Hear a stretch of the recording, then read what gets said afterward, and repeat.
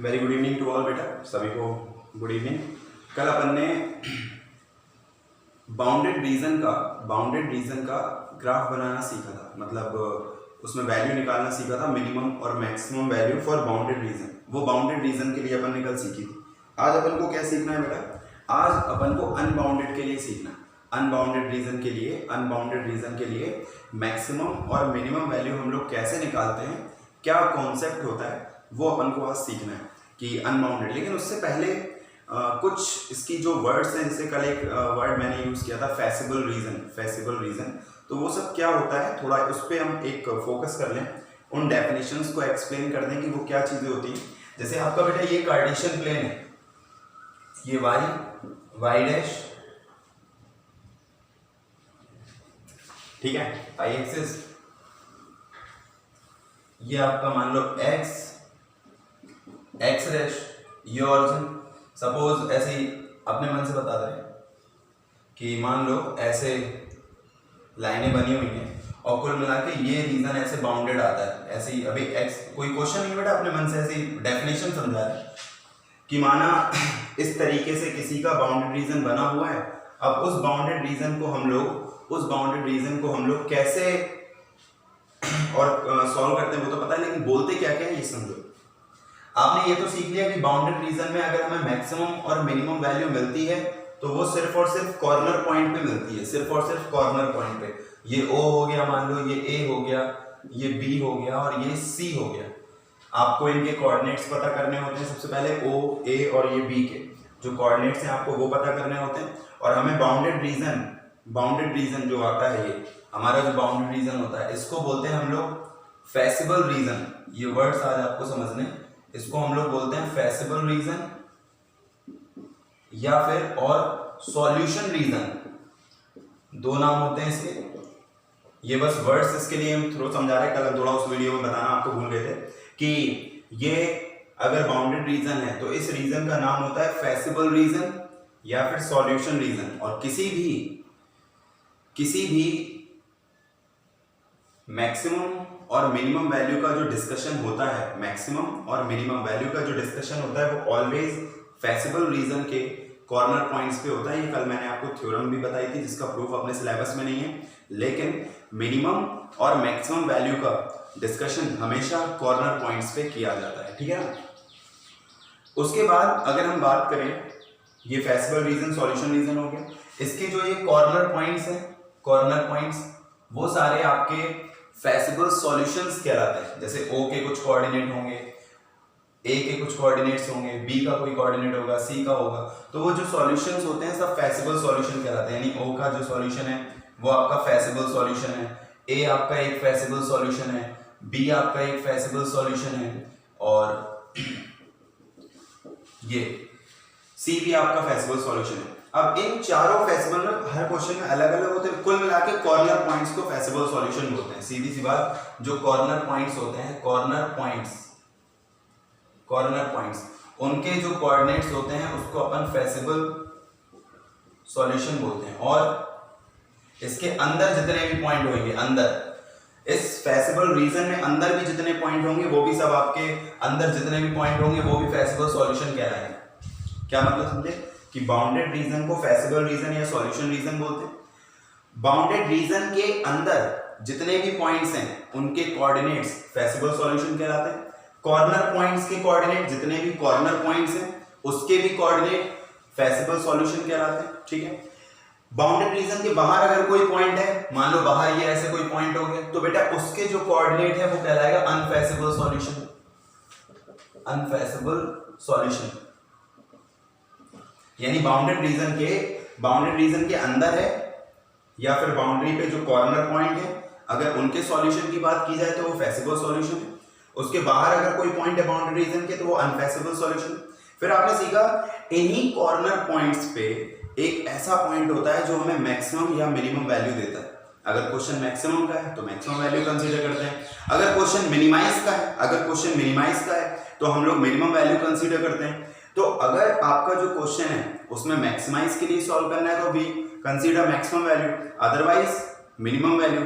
तो वो मैक्सिमम और मिनिमम वैल्यू भी कहां से आती है? इन्हीं फेसिबल सॉल्यूशन से तो आती है कि जो कॉर्नर पॉइंट्स हैं वो हम लोग रखते हैं ऑब्जेक्टिव फंक्शन में। कल आपने सीखा कि सबसे पहले हमें जो कॉन्स्टेंट्स दिए रहते हैं, मैंने आपको बताया था, क्वेश्चन की एक झलक दिखा दूं कि इस तरीके से क्वेश्चन होता है, एक z दिया होता है 2x + 3y, उसके बाद हमारे पास ओवरराइडिंग कंडीशंस होती है, मैंने बताया था उनको अपन या तो ओवरराइडिंग कंडीशंस बोलते हैं या फिर कॉन्स्टेंट्स बोलते हैं, है ना। और z कहलाता है ऑब्जेक्टिव फंक्शन, जिसको हमें सॉल्व करना होता है मैक्सिमम और ऑब्लिक मिनिमाइज, जो भी हो एक चीज आएगी कि z को हमें सॉल्व करना होता है या तो मैक्सिमाइज के लिए या मिनिमाइज के लिए। उसके नीचे जो होता है ऐसे इस तरीके से 2x + 3y > 6, 5x - 2y < 7, xy > 0। तो ये सारी चीजें जो दी होती है बेटा, ये कहलाती है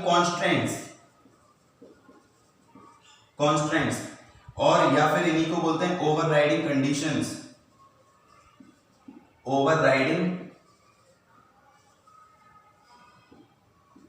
कंडीशंस या इक्वेशन, जो भी बोल सकते हो, ठीक है। तो कांस्टेंट वर्ड ज्यादा आता है, कांस्टेंट्स या ओवरराइडिंग कंडीशन, सिचुएशन, जो भी हो, ओवरराइडिंग वर्ड है। उसके बाद जो कॉर्नर पॉइंट आते हैं वो आप जेड में रखते हो, और जेड में रखने पर अगर मैक्सिमाइज का क्वेश्चन है तो मैक्सिमम वैल्यू को देखते हो, मिनिमाइज का क्वेश्चन है तो मिनिमम वैल्यू को देखते हो। ये भी हम बाउंडेड का कॉन्सेप्ट बता रहे हैं, अभी हम अनबाउंडेड पे नहीं घुसे हैं।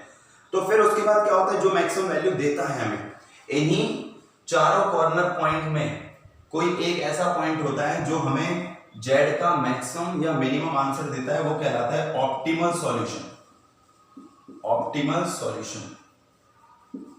सॉल्यूशन। एक बार सारी डेफिनेशंस को बेटा रिवाइज मान लें कि मैंने क्या बताया। और ये जो एक्स वाई होते हैं बेटा, ये जो एक्स वाई होते हैं, एक्स वाई, ये कहलाते हैं डिसीजन वेरिएबल्स लिखा है। एक्स वाई को बोला जाता है डिसीजन वेरिएबल्स। फिर से, जो बाउंडेड रीजन होता है उस रीजन का नाम फेसिबल रीजन या सॉल्यूशन रीजन होता है। उसके अंदर जितने भी पॉइंट कंसीडर करो, उसके कोऑर्डिनेट्स या फिर कॉर्नर पॉइंट्स के कोऑर्डिनेट्स कहलाते हैं फेसिबल सॉल्यूशन। उसके बाहर कोई भी है तो वो कहलाता है अनफेसिबल सॉल्यूशन। इन्हीं चारों कॉर्नर पॉइंट में से कोई एक पॉइंट हमें मैक्सिमम या मिनिमम वैल्यू देता है, वो क्वेश्चन पे रिलेट करता है। क्वेश्चन मैक्सिमम का है तो मैक्सिमम वैल्यू देगा, मिनिमम है तो मिनिमम देखेंगे। बट वो पॉइंट, वो चारों, मतलब जो भी जितने भी कॉर्नर पॉइंट है, उनमें से कोई एक पॉइंट जो मैक्सिमम वैल्यू देता है या ऑब्लिक मिनिमम वैल्यू देता है, वो कहलाता है ऑप्टिमल सॉल्यूशन। और ये z जो होता है, जिसके लिए हम मैक्सिमम मिनिमम वैल्यू कंसीडर करते हैं, ये कहलाता है ऑब्जेक्टिव फंक्शन। और जितनी भी इन इक्वेशंस के ग्राफ हमें बनाने को दिए होते हैं, वो कहलाती है ओवरराइडिंग कंडीशंस या फिर कॉन्स्टेंट्स। एक्स वाई को कहा जाता है डिसीजन वेरिएबल्स। तो बेटा ये इस चैप्टर से रिलेटेड कुछ इंपॉर्टेंट टर्म्स हैं जिनके बारे में आपको पता होना चाहिए था। तो आज हमने, कल फिलहाल हम इसको थोड़ा सा एक्सप्लेन करना भूल गए थे। हमने क्वेश्चन का तो पूरा कॉन्सेप्ट समझा दिया था। बाउंडेड में क्या करते हैं, जितनी भी इन इक्वेशंस है पहले उसके ग्राफ बनाओ, और इन इक्वेशंस के ग्राफ मैंने कैसे बनाए हैं वो मैंने कल से पहले जो वीडियो भेजा था 11th क्लास वाले कॉन्सेप्ट का, उसमें सिखा दिया था।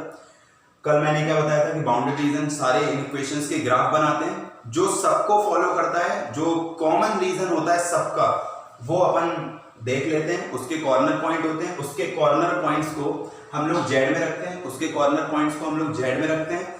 जो मैक्सिमम वैल्यू देता है मैक्सिमाइज वाले में वो आंसर हो जाता है, जो मिनिमम वैल्यू देता है मिनिमाइज वाले क्वेश्चन में वो आंसर हो जाता है। अब आज हम लोग अनबाउंडेड का कॉन्सेप्ट सीखेंगे। तो कल जो मैंने क्वेश्चंस दिए थे वो आपने कर लिए होंगे। आज अनबाउंडेड के लिए मैं उसी में से एक क्वेश्चन उठाता हूँ। कुछ लोगों को उसमें प्रॉब्लम थी, वो अनबाउंडेड का था एक्चुअल में, मैंने ध्यान नहीं दे पाया। तो आज अपन अनबाउंडेड का कॉन्सेप्ट सीखेंगे, बहुत मन लगा के सुनिएगा। Let's start for unbounded. Unbounded का कॉन्सेप्ट क्या है उसको समझने के लिए एक क्वेश्चन आपके सामने लिखा हुआ है कि z = 3x + 5y, जो कि एक ऑब्जेक्टिव फंक्शन है। z = 3x + 5y एक ऑब्जेक्टिव फंक्शन है जिसको हमें मिनिमाइज के लिए सॉल्व करना है। z = 3x + 5y एक ऑब्जेक्टिव फंक्शन है जिसको हमें मिनिमाइज के लिए सॉल्व करना है। इसकी इन इक्वेशंस नीचे लिखी हुई है, जिसको बोलते हैं ओवरराइडिंग कंडीशन या फिर कांस्टेंट, जिसके हम लोग ग्राफ बनाते हैं। पहला वाला उठाते हैं, x + 3y > 3, x + 3y > 3। तो सबसे पहले क्या करेंगे, करस्पॉन्डिंग इक्वेशन, अब शॉर्ट में लिख रहे हैं हम करस्पॉन्डिंग इक्वेशन सी।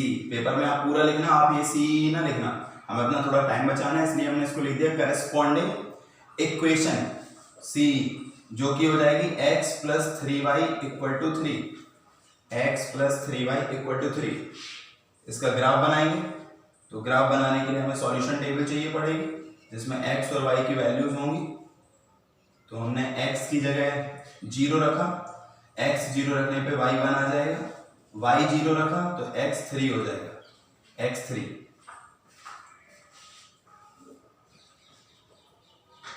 ये y डैश, ये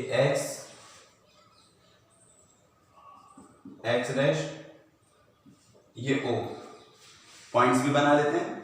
ये 1 1। अच्छा बेटा ये ध्यान रखना, भले आप ग्राफ पेपर पे ना बनाओ, सिंपल कॉपी पे बनाओ, लेकिन ये जो डिस्टेंसेस हैं ये 1 1 सेंटीमीटर पे लोगे, अपने मन से नहीं रख लोगे, नापनी अपने मन से नहीं है, स्केल का यूज करके बकायदा 1 1 सेंटीमीटर।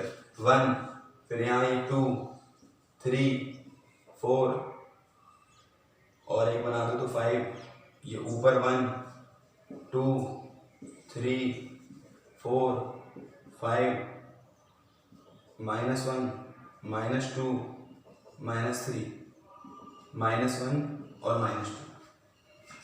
तो पहला सॉल्यूशन है 0,1। 0,1 बेटा ये हो जाएगा 0,1, इसको लिख दो 0,1। उसके बाद 3 0 3,0 आपका ये हो जाएगा 3,0, इसको मिला दो, ठीक है ना। तो इसको अपन ने मिला दिया।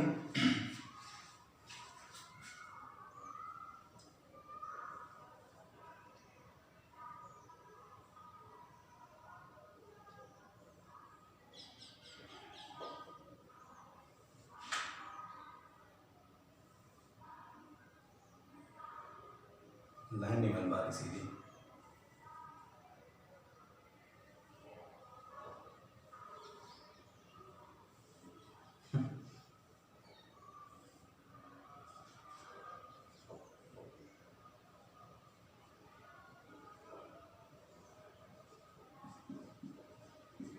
तो बेटा एक सॉल्यूशन था आपका 0,1 और एक था 3 0। उसको मिलाते हुए आपने लाइन बना ली। लाइन का नाम है x + 3y = 3, लिख दिया करो x + 3y = 3। ये लाइन हो गई x + 3y = 3। यहां इक्वेशन लिख दी। डार्क क्यों बनाई है, डॉटेड क्यों नहीं बनाई, बिकॉज सिलेक्ट है, सिलेक्ट ये देखो ग्रेटर देन इक्वल सिलेक्ट। अब रीजन की बारी, नीचे वाला या ऊपर वाला, तो ऑरिजिन रख के देख लो, ऑरिजिन सेटिस्फाई कर जाए तो नीचे वाला, ना कर पाए तो ऊपर वाला। तो put 0 0 in equation, so put 0,0 0 0 यहां रखा, 0 + 0 तो 0 आएगा, ठीक है ना। पुट 0 0 यहां 0 यहां 0 0 0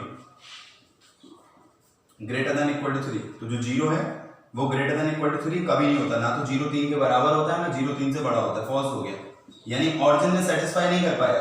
तो जो शेडेड रीजन होगा वो अबव द लाइन होगा। तो शेडेड रीजन आपका ये जाएगा ऐसे ऊपर की तरफ जाएगा ऐसे, ये आपका शेडेड रीजन जा रहा है ऊपर की तरफ,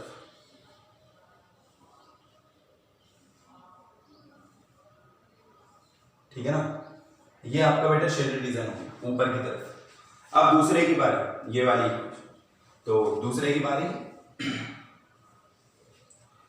x + y > 2। सबसे पहले इसकी करस्पॉन्डिंग इक्वेशन, तो इसकी CE करस्पॉन्डिंग इक्वेशन बनेगी x + y = 2। उसका ग्राफ बनाने के लिए सॉल्यूशन टेबल, x और y, x 0 तो y 2, y 0 तो x 2 रख के देख सकते हो। x 0 रखोगे तो y की वैल्यू 2 मिलेगी, और y 0 रखोगे तो x की वैल्यू 2 मिलेगी। 0 2 तो 0,2 ये हो गया 0,2, ये वाला पॉइंट 0,2, 2,0 ये हो गया, इसको मिलाओ,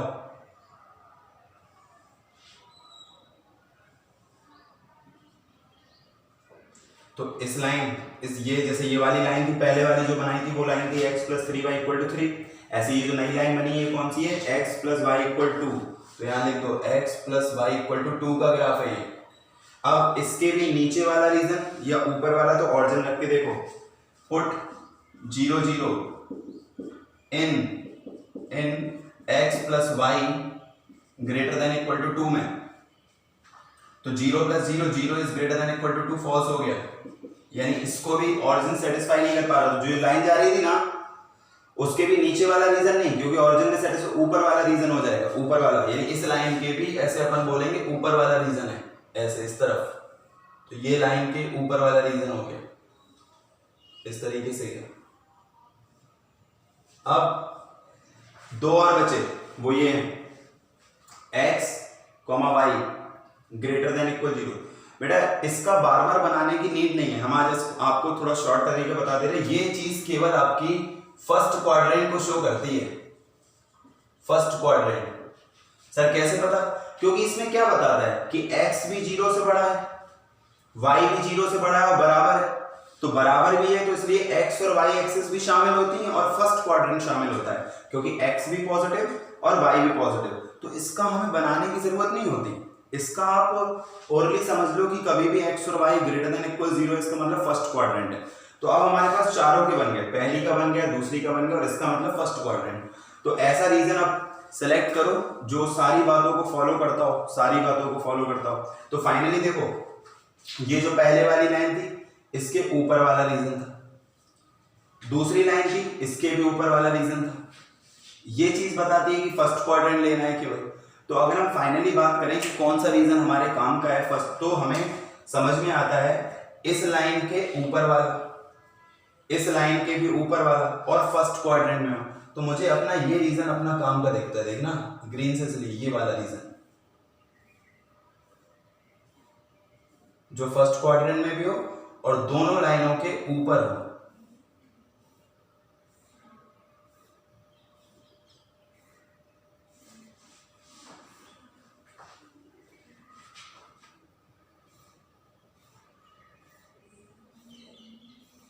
उम्मीद करता हूं बेटा आपको दिख रहा होगा। ब्लैक को नहीं, ग्रीन हिस्से को देखना, ग्रीन हिस्से को देखो, जो मैंने ग्रीन हिस्से से शेड किया है वो आप अगर महसूस करो तो जो पहले वाली लाइन थी, ये लाइन देखो, ये लाइन, ये लाइन इसके भी ऊपर ही है। जो दूसरी लाइन थी, दूसरी लाइन देखो, ये इसके भी ऊपर है और फर्स्ट क्वाड्रेंट में भी होना चाहिए, हमें इस बात का ध्यान रखना था। तो केवल फर्स्ट क्वाड्रेंट वाला हिस्सा लिया है, फर्स्ट क्वाड्रेंट वाला, जो y एक्सिस जा रही है, ये x एक्सिस जा रही है, फर्स्ट क्वाड्रेंट। तो इतने हिस्से में आपने देखा ये इस बार बाउंडेड नहीं हो पाया, पूरा बंधा नहीं है, उस तरफ खुला है, उस तरफ खुला है, तो अनबाउंडेड हो गया। लेकिन कॉर्नर पॉइंट कौन कौन से हैं इतने हिस्से में भी, अगर हम ये महसूस करें कि कॉर्नर पॉइंट कौन कौन से हैं, तो देखो ये जैसे अभी बिल्कुल देखो सीधा जा रहा है, ये यहां तक कोई भी नहीं मिला, पहला कॉर्नर पॉइंट ये मिला, पहला कॉर्नर पॉइंट, ठीक है। ये हम थोड़ा डार्क कर दे रहे हैं बेटा ताकि आपको अलग दिखे। जो हमारा रीजन आया है ये जा रहा पहला कॉर्नर पॉइंट, फिर हम लोग यहां गए,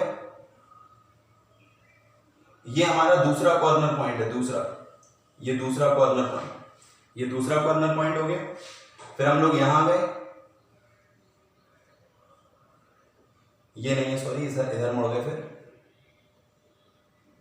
ये हमारा तीसरा,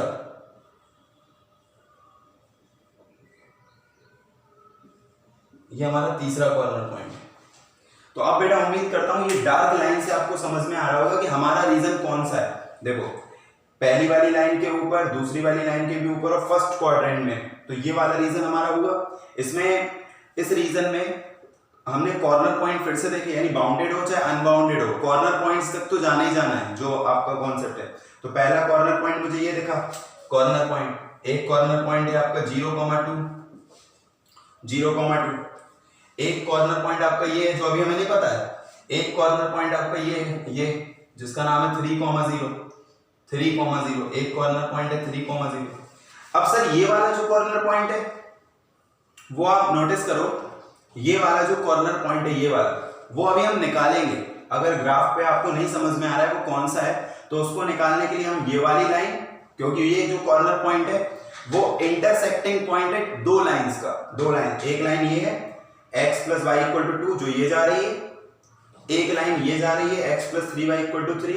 तो दोनों लाइंस को सॉल्व करके हम इंटरसेक्टिंग पॉइंट निकालेंगे जो हमारा ये वाला कॉर्नर पॉइंट होगा। तो फर्स्ट ऑफ ऑल हमें सारे कॉर्नर पॉइंट निकालने होते हैं। पहला पता था 0,2, ये वाला पता था 3,0, ये नहीं पता है, तो इसको अच्छे से पता करने के लिए हम इन दोनों को सॉल्व करेंगे। तो पहले इसका स्क्रीनशॉट ले लो बेटा। तो बेटा दो लाइनें हैं, x plus y equal to 2 और x plus 3y equal to 3, x plus 3y equal to 3 और x plus y equal to 2, दोनों को सॉल्व कर रहे हैं, माइनस माइनस माइनस, x खत्म, 2y इक्वल टू 1, तो y की वैल्यू 1/2, ये y की वैल्यू किसी में भी रख दो, मान लो सेकंड में रख दी तो x plus y equal to 2, तो x plus 1/2 equal to 2, x plus y equal to 2, y की जगह 1/2, 1/2 वहां जाके माइनस, तो x की वैल्यू 3/2, तो 3/2 और 1/2 यानी इस पॉइंट का ये जो कॉर्नर पॉइंट है इसके सॉल्यूशन आ गए 3/2, 1/2, 3/2, 1/2, ये आ गया आपका। तो देखना बेटा तीनों कॉर्नर पॉइंट आ गए 3/2, 1/2। अब हमारे पास तीनों कॉर्नर पॉइंट आ ही चुके हैं, ये इसको इरेज कर दे रहे बेटा, सॉल्व करना कोई बहुत बड़ी चीज नहीं, कुछ कर सकते। तो फाइनली क्या आया, ये z है जिसको हमें मिनिमाइज के लिए सॉल्व करना है, शायद मिनिमाइज के लिए, हाँ ये आपका z है जिसको हमें मिनिमाइज के लिए सॉल्व करना है, कॉन्सेप्ट चल रहा है अनबाउंडेड का। फिर से लिखेंगे हम लोग कॉर्नर पॉइंट्स और वैल्यू ऑफ z,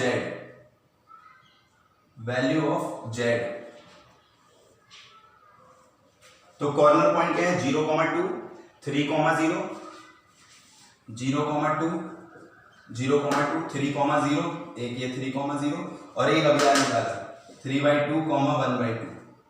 ग्राफ से भी समझ सकते हो बेटा कौन सा कॉन्सेप्ट चल रहा है, अनबाउंडेड का। सर चीजें तो वही है बेटा, कॉर्नर पॉइंट तक मैंने बताया दोनों में सेम है, इतना तो करना ही करना है।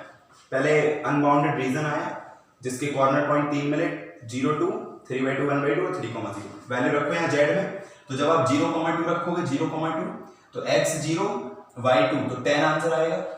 जब आप 3,0 रखोगे 3,0 तो 3 3 9 आंसर आएगा। जब आप 3/2 1/2 रखोगे तो रख के देखो 3 x की जगह 3/2 प्लस 5 और y की जगह 1/2 तो 3 3 9/2 प्लस 5/2 इक्वल 5/2, 9 5 14/2 और 2 से 1 खत्म 7, तो ये 7 आ गया। तो हमने सब निकाल लिया बेटा। अब अगर ये क्वेश्चन बाउंडेड का होता, और ये पूरा, तो हम लोग मिनिमाइज के लिए देख रहे हैं, मिनिमम वैल्यू 7 होती और ये आंसर हो चुका होता कि x 3/2 और y 1/2। बट अगर हमारा कॉन्सेप्ट अनबाउंडेड का होता है तो यहां तक तो हम लोग आते हैं, लेकिन उसके बाद अभी हम इसको आंसर नहीं बोलते, बल्कि एक स्टेप और होता है, एक इक्वेशन और बनानी पड़ती है। वो कैसे, वो हम लोग लेते हैं ऑब्जेक्टिव फंक्शन को। बात को समझना, अगर ये क्वेश्चन बाउंडेड का होता, तो बाउंडेड में मैंने आपको कल सिखाया कि अगर मैक्सिमाइज का क्वेश्चन होता है तो मैक्सिमम वैल्यू देखते हैं 10, आंसर हो जाता 0 और 2। मिनिमाइज का होता तो 7, आंसर हो जाता ये दोनों। बट ये क्वेश्चन अनबाउंडेड का है तो ना तो आंसर अभी मिनिमाइज का आएगा ना मैक्सिमाइज का। एक इक्वेशन और बनती है, वो हम लोग अपनी तरफ से बनाते हैं। उसको बनाने का तरीका क्या होता है वो समझना। हम लोग ऑब्जेक्टिव फंक्शन को उठाते हैं। ऑब्जेक्टिव फंक्शन क्या है 3x + 5y, इसको उठाएंगे 3x + 5y। अगर मिनिमाइज का क्वेश्चन है तो यहाँ लेस देन लगा देंगे, और अगर मैक्सिमाइज का क्वेश्चन है तो यहाँ ग्रेटर देन लगा देंगे। इस बात को समझना, कॉन्सेप्ट चल रहा है अनबाउंडेड का। हम लोग उठाते हैं ऑब्जेक्टिव फंक्शन को 3x + 5y, केवल वेरिएबल पार्ट उठाते हैं उसका 3x + 5y। अगर क्वेश्चन है मिनिमाइज का तो लेस देन, अगर क्वेश्चन है मैक्सिमाइज का तो ग्रेटर देन।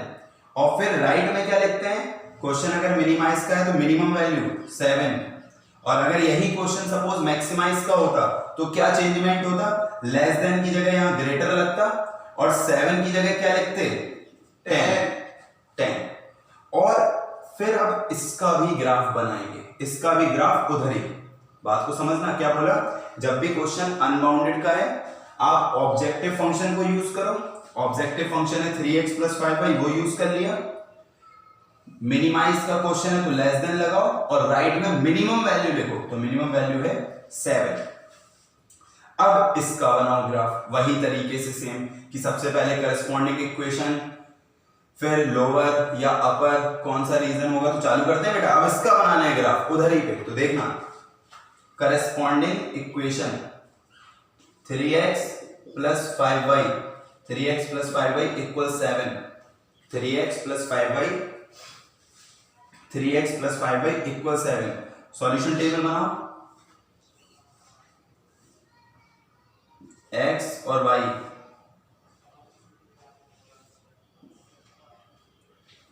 रखो ऐसे सॉल्यूशन जिससे अच्छा बने।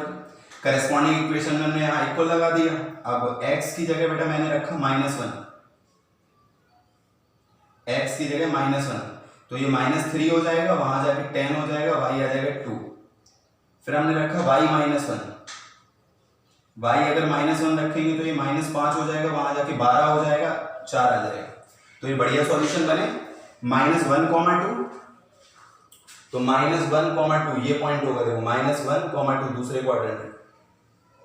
ये डार्क बनाया बेटा थोड़ा ग्राफ बनाने के लिए। -1, 2 4, -1, तो 4, -1 ये रहा 4 और -1 नीचे, ये हो गया 4, -1।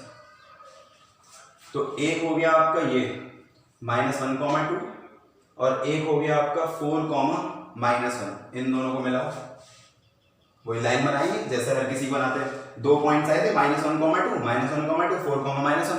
इसको मिला लो बेटा।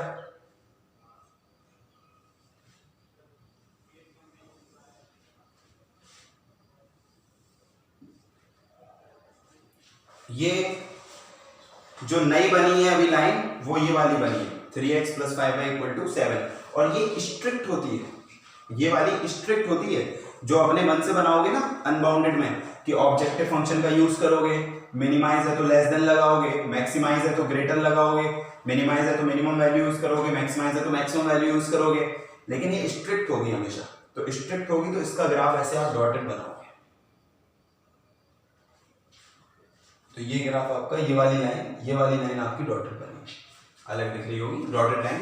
अब इसके भी नीचे वाला रीजन या ऊपर वाला रीजन, ये अपन को पता करना है। ऑरिजिन रख के देखो फिर से, put 0 0 in equation, put 0 0 in 3x plus 5y less than 7, x0 y0, तो 0 plus 0 is less than 7, so 0 is less than 7, जो कि हो गया ट्रू, यानी ऑरिजिन ने सेटिस्फाई कर दिया।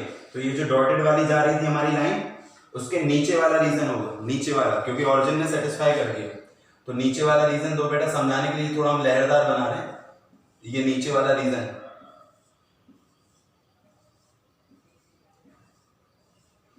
अब आप ये बताओ, ये बताना है कि अभी हमारा जो लेटेस्ट में रीजन आया, इसका रीजन जो आया, इसका रीजन, और पहले वाला जो पूरा कॉमन रीजन था जो मैंने ग्रीन से समझाया था, क्या अभी वाले रीजन में और पुराने वाले ग्रीन रीजन में कोई भी चीज कॉमन है क्या?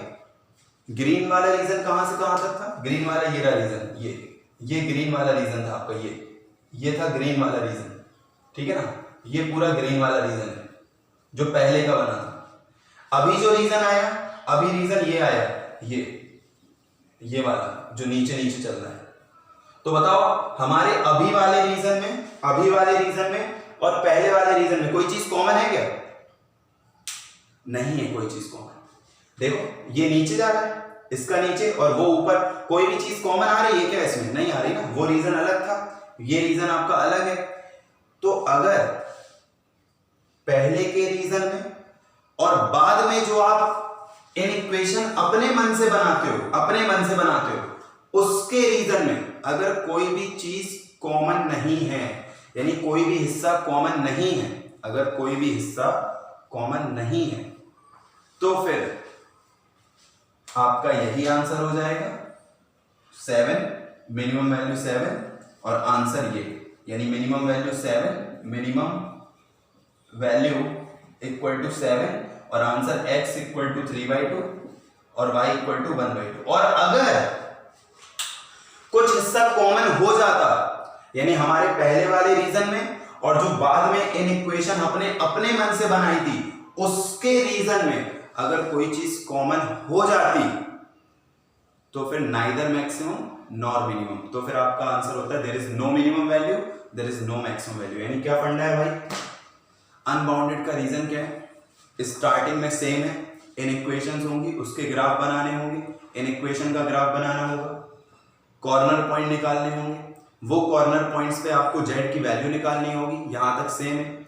फिर उसके बाद हम लोग अनबाउंडेड के लिए क्या करते हैं, ऑब्जेक्टिव फंक्शन का यूज करके एक और इनइक्वालिटी अपने मन से बनाते हैं। मिनिमाइज है तो लेस देन लगाते हैं, मैक्सिमाइज है तो ग्रेटर देन लगाते हैं, मिनिमाइज है तो राइट में मिनिमम वैल्यू यूज करते हैं, मैक्सिमाइज है तो राइट में मैक्सिमम वैल्यू यूज करते हैं, फिर वहां 10 यूज हो जाती है। उसके बाद उसका भी ग्राफ बनाते हैं, और हमारे पहले वाले ग्राफ में और बाद वाले ग्राफ में अगर कुछ भी हिस्सा कॉमन हो जाता है तो फिर नाइदर मैक्सिमम नॉर मिनिमम, और अगर कुछ भी हिस्सा कॉमन नहीं होता है तो फिर वही आंसर हो जाता है जो इसमें मिनिमम हमें दिख रहा होता है। तो इसमें हमें मिनिमम दिख रहा था 7, तो मिनिमम वैल्यू 7 हो गई।